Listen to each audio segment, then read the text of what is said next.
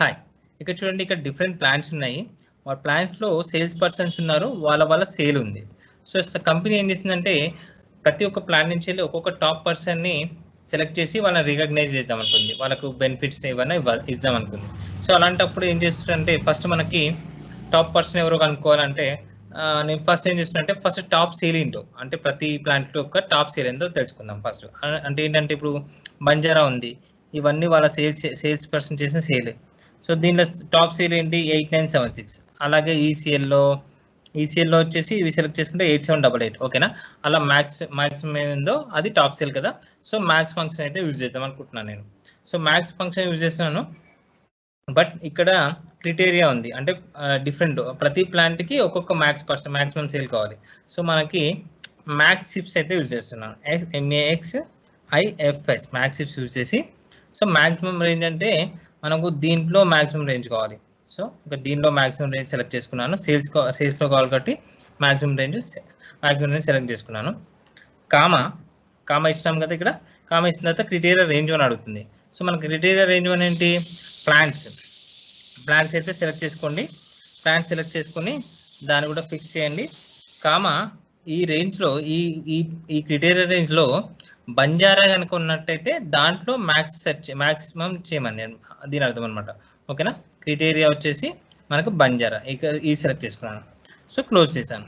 So ఇప్పుడు మనకి బంజారా వచ్చి మ్యాక్సిమం సేల్ ఎంత 8976. చూడండి, మ్యాక్సిమం 8976. ఓకేనా, అలాగే నేను ఇక్కడ డ్రాగ్ చేశాను అనుకోండి.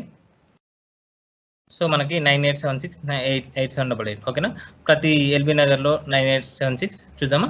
ఇక్కడ చూడండి, ఎల్బీ నగర్ హైయెస్ట్ 9876. అలాగే ఈసీఎల్లో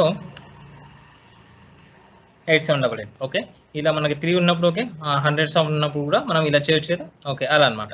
సో లేటర్ మనకి సేల్స్ పర్సన్ కావాలంటే మనకి VLOOKUP యూజ్ చేద్దామా. VLOOKUP యూజ్ అంటే డిఫరెంట్ టైప్స్ ఆఫ్ యూజెస్ చేయొచ్చు, బట్ ఇప్పుడు మనకి VLOOKUP యూజ్ చేద్దాం.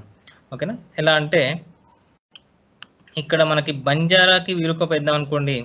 బంజారా ఏముంది, బంజారాలో మల్టిపుల్ ఉన్నవి, VLOOKUP చేస్తే ఫస్ట్ రామ్ వస్తుంది, అట్లా అనమాట, మ్యాక్సిమం రాదు. సో మనకి 2 క్రిటేరియాలు కలిపి మనకు VLOOKUP వేద్దాం. సో 2 క్రిటేరియాలు కలిపి అంటే ఇక్కడ కూడా 2 క్రిటేరియాలు కలిపి ఒక యూనిక్ కాలం అయితే ఉండాలి కదా.